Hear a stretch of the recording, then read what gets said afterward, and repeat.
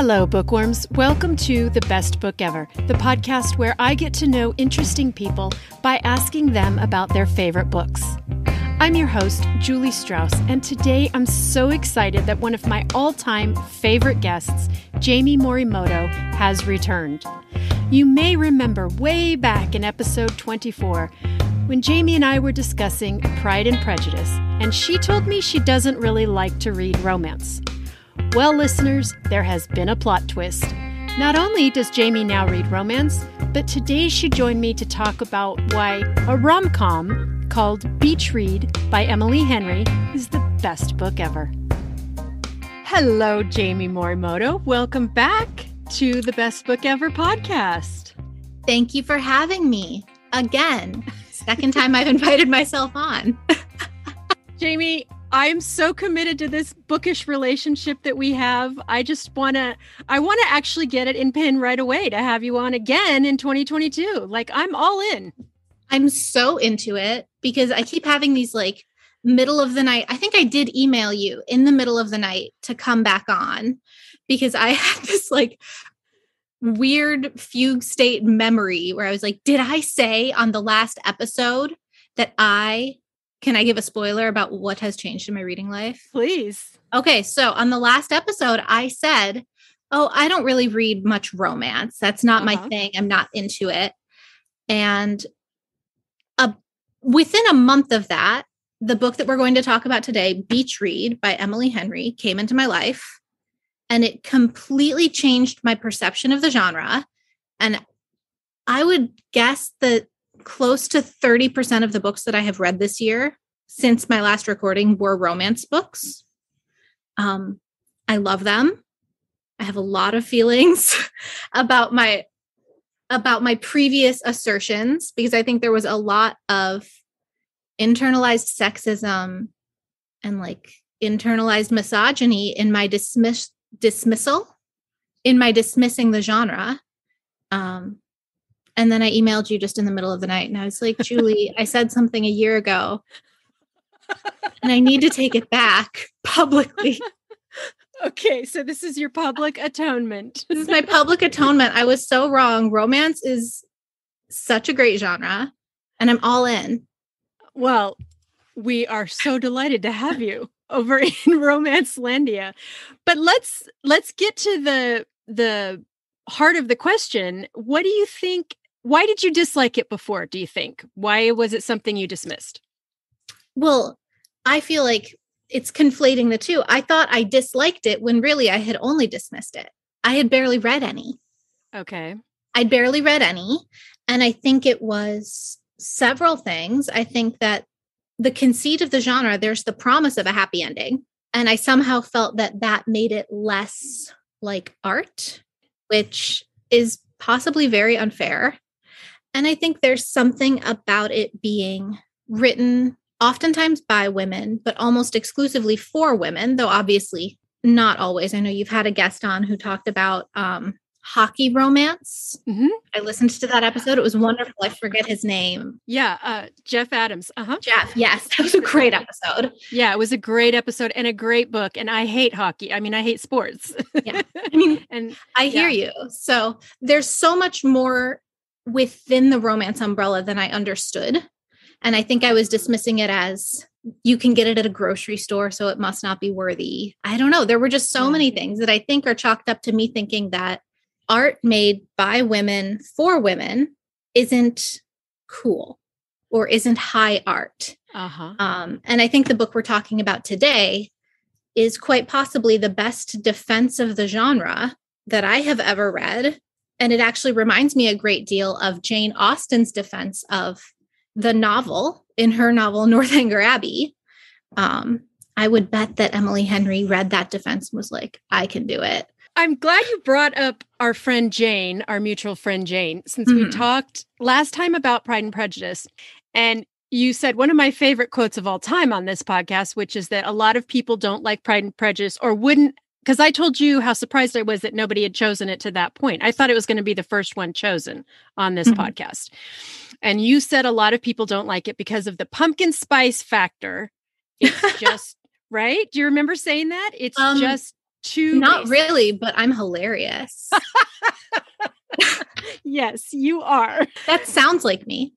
And I have actually been thinking a lot about this, that I hear the teenagers say things are basic all the time. She's such a basic bitch. And the thing about the word basic is it's always about things that women like. Yes. And I think that I was falling into that exact same trap that I was railing against in my holding up Jane Austen as the best book ever. Well, Pride and Prejudice specifically, but yes to all of her canon. At the same time as I was holding up Pride and Prejudice as being dismissed because of the pumpkin spice factor and being too basic, I was doing the exact same thing to an entire genre. And I have since seen the light. I'm not somebody in my reading life who stays up all night reading. I'm always reading. I read every morning. I read at night before I fall asleep, but I know how to put a book down. This book, Beach Read by Emily Henry, and since then, several other romance novels have kept me up reading past my bedtime in a way that really sort of brought me back to the giddiness of reading in childhood, where even if you know where it's going to go, you just have to turn the page. You just have to see it. And there's magic in that. There's absolute magic in that. And it's hard to do that. It takes a great deal of skill. Did you know before you started this book that it was a romance? Well, I actually had this book recommended to me by a friend of the podcast, Leanie Moore. I think she goes by Eileen Glenn Moore. Oh, yeah. She's a good friend of mine. Oh, no kidding. Yes. And I had written a blog post during 2020. I was blogging. I've since had to put it to bed because my job got busy again, largely about my life's interaction with the patriarchy and how, once you identify it one time, you start seeing it everywhere. I had written a post about my love of Hallmark movies. Yep. And she and I were on Zoom, and she sort of leans into the screen and goes, I read romance novels. She's, an amazing artist, incredible reader, and has never recommended anything I didn't like. And she reads very widely across all genres. She's a poet, but when she came on Best Book Ever, I believe she spoke about, was it a YA fantasy? She chose Bitter Blue by Kristen Cashore. Yeah, she reads very, very widely. So it's really no surprise that she would also be delving into the romance genre, because she is not as willing to toe the party line in terms of high art. She's like, if it's good, it's good. I don't care what shelf it's from. And she gave me the recommendation of Beach Read. I got it from the library. I couldn't put it down. And then I reread it for this podcast, and I felt the exact same way all over again.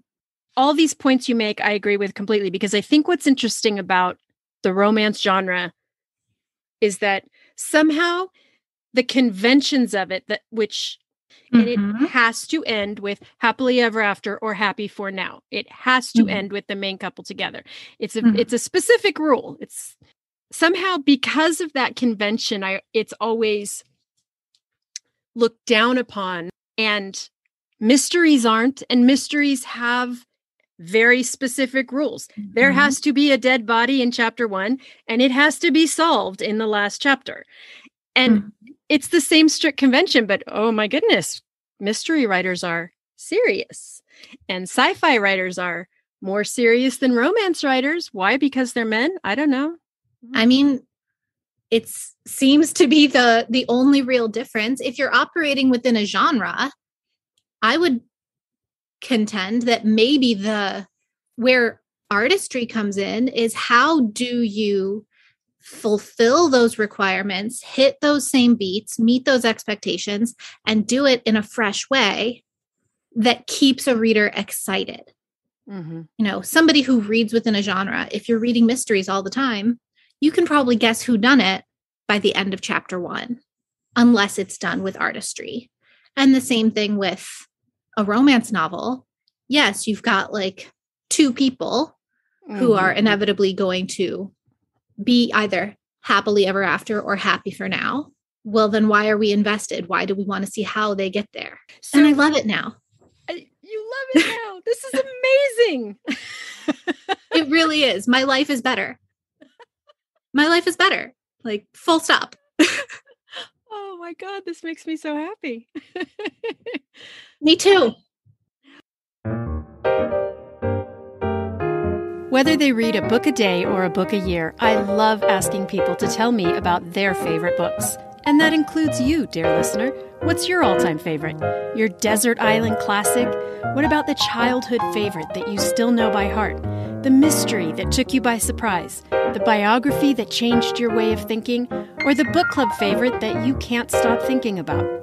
I'm looking for guests from all walks of life to talk to me about all kinds of books here on the show.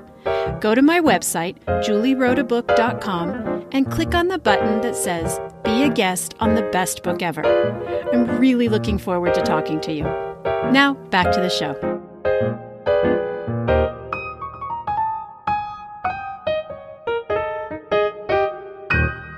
Why don't you tell my listeners what Beach Read is about?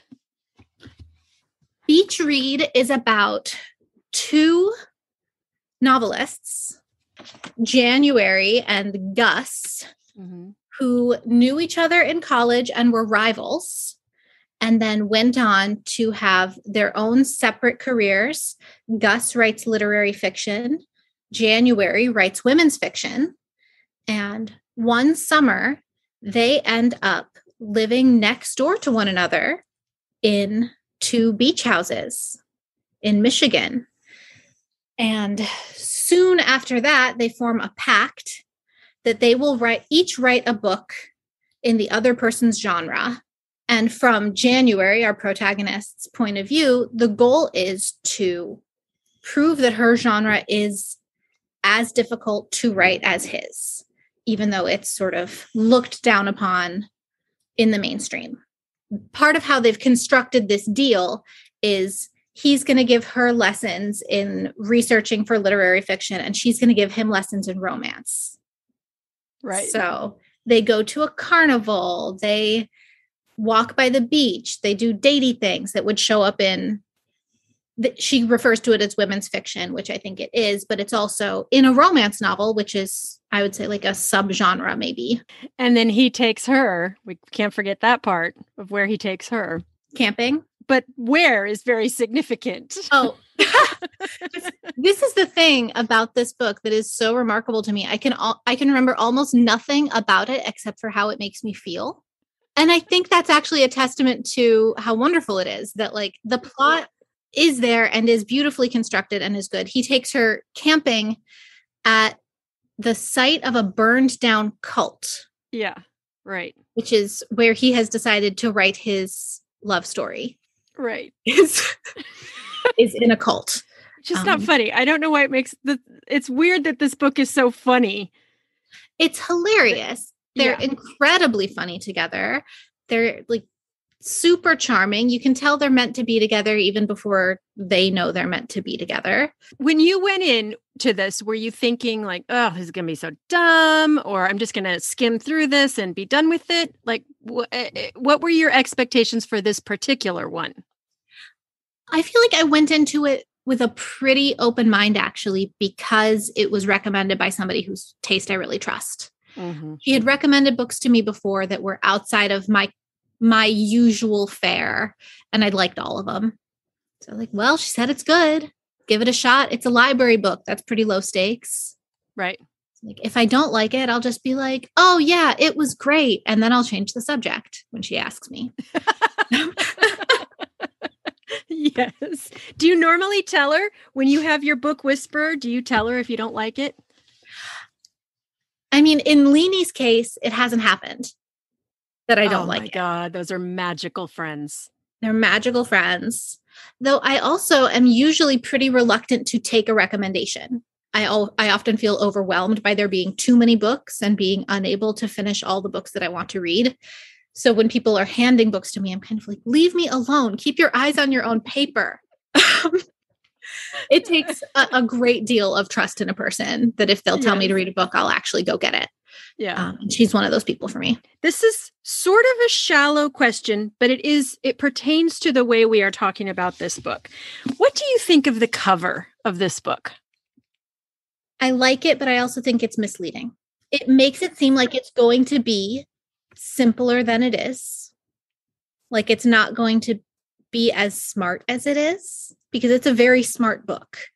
To be simultaneously defending all of these beats within a genre and then create a plot that fulfills those expectations. She's doing both at once. It's a juggling act. Yes. That she is doing. And she's pulling it off. That said, I bet that the cover they chose sold a lot more books than a cover that makes it seem like it's going to be a smart read, that makes it seem like it's going to be this intellectual high wire act, complete with happily ever after and some like really impressively not cheesy sex writing, which is hard to do. Yep. Takes some skill to not make me laugh when I'm reading a sex scene.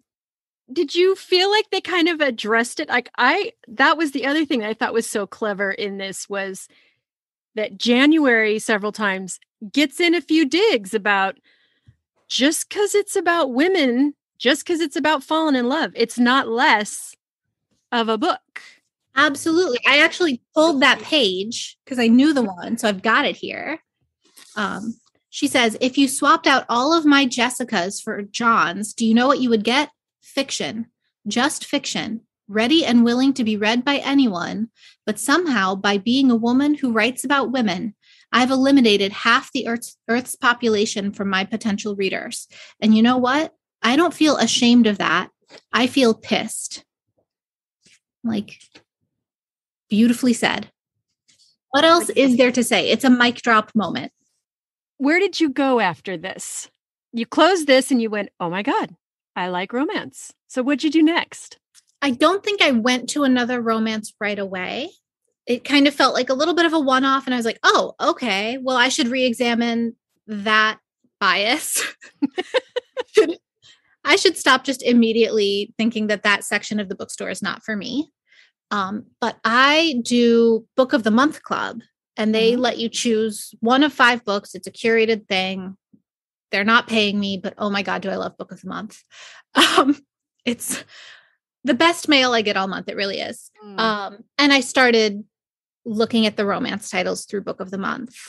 I listened to your podcast and I started noticing when romance books popped up. I read The Hating Game by Sally Thorne on the recommendation of Jaimie. Her name's Jaimie Albright. It was really just a matter of slowly opening the door. I'm in a book club and they had chosen too many sad books in a row and they didn't know what to do. So I went and found The Unhoneymooners by Christina Lauren, and they were like, yes, great, perfect. Finally, something that's not going to make us contemplate whether or not the world means anything at all.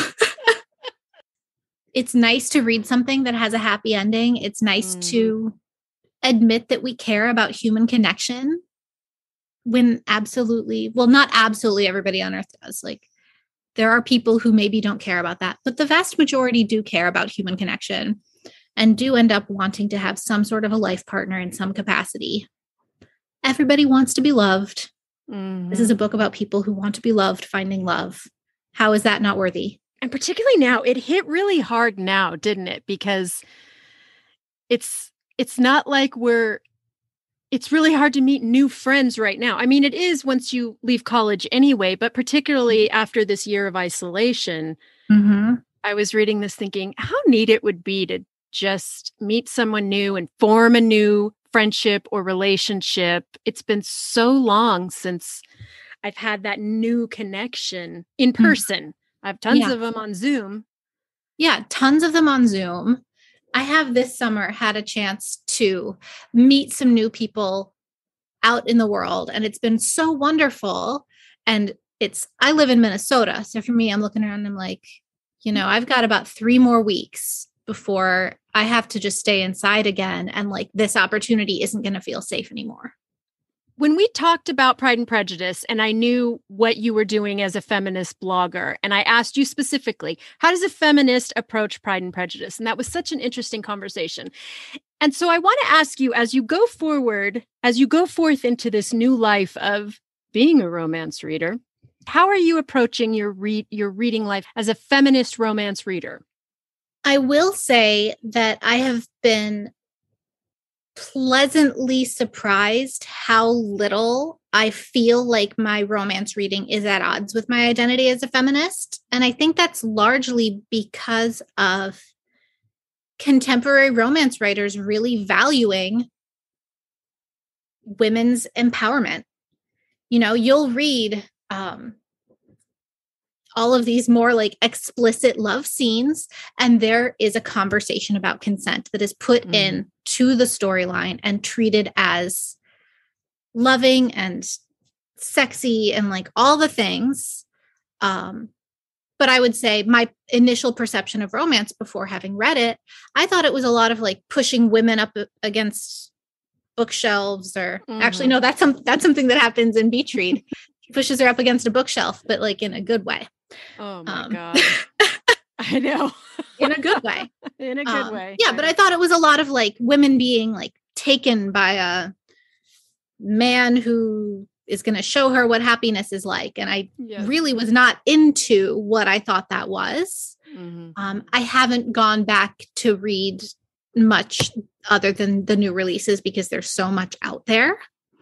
But that would be really where, for me, it would be a hard no. Yeah. I am not interested in reading a love story about a man pursuing a woman who isn't that interested and then he wears her down. That's not appealing to me. That sort of thing. And it seems like in contemporary romance writing, that's not even the conversation. It is a much more equal footing. And these women have things in their lives other than just a desire for love. Yeah, don't go back. Because I've been a romance reader for a long time, and there's no doubt a lot of them are just very rapey. That does not surprise me to hear. I've been rewatching a lot of television that I used to really love from 20 years ago. And 20 years ago is not that long ago in like the global landscape in the history of the world. But boy, oh boy, some of those love stories are messed up. Yeah. Like which ones, for example? Well, I've been watching Buffy the Vampire Slayer.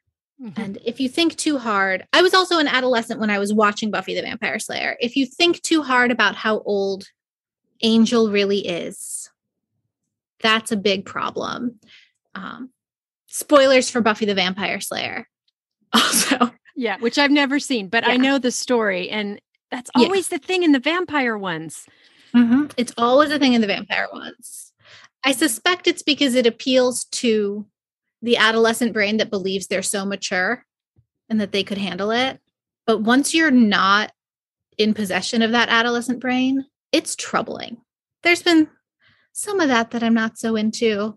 There's another storyline on Buffy the Vampire Slayer that gives me some pause, and it's Buffy and Spike later on. Really just, some people are all in on the Buffy Spike storyline, and it left me pretty upset. What's the problem with that one? Well, she's in a dark place, and so she sort of gets into this friends with benefits with a guy who she hates, but like he's kind of rapey. It's a little violent. It might speak to like whatever psychological stuff was going on with her, but I don't know, man.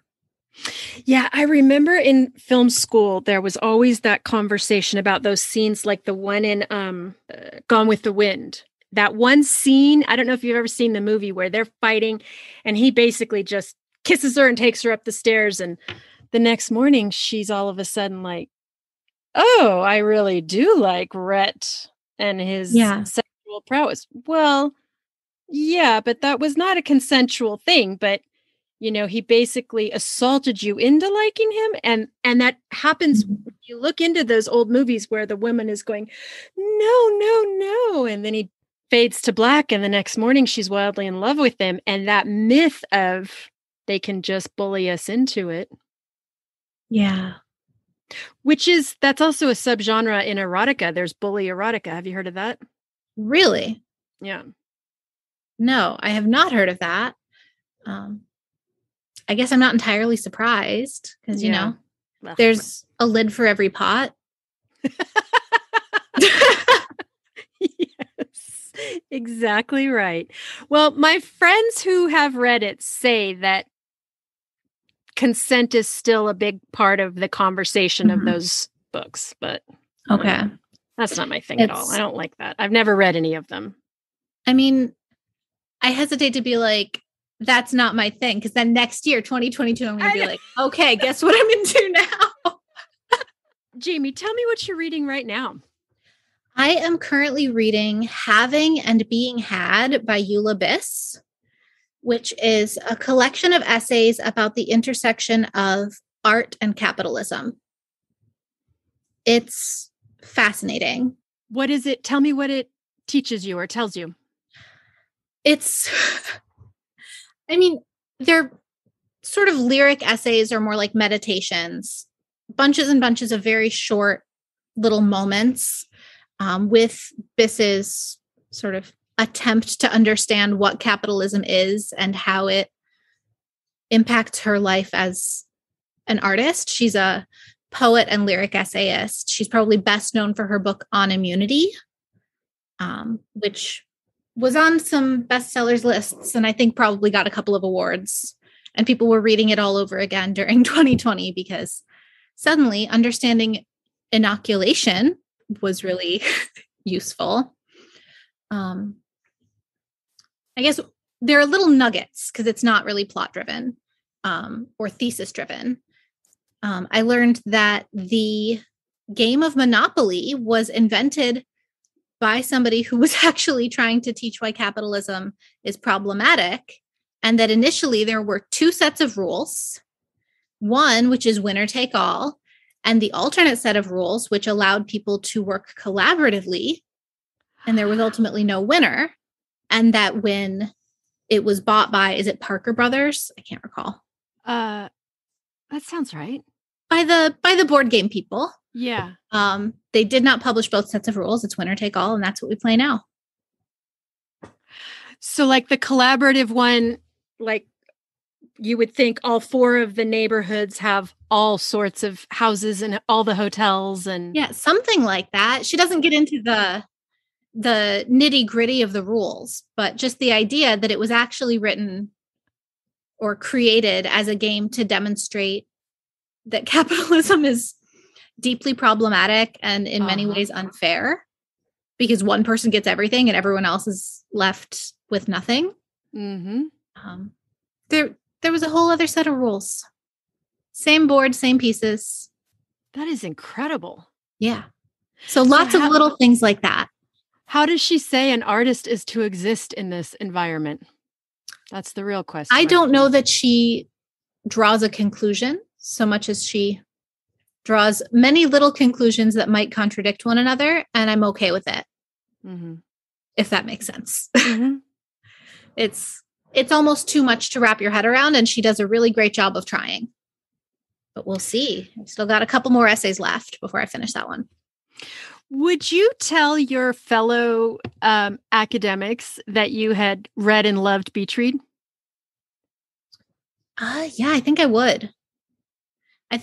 But I will say the people from my academic past who I'm still in touch with are like down fun people who won't sort of look down their nose at something that's not of their caliber.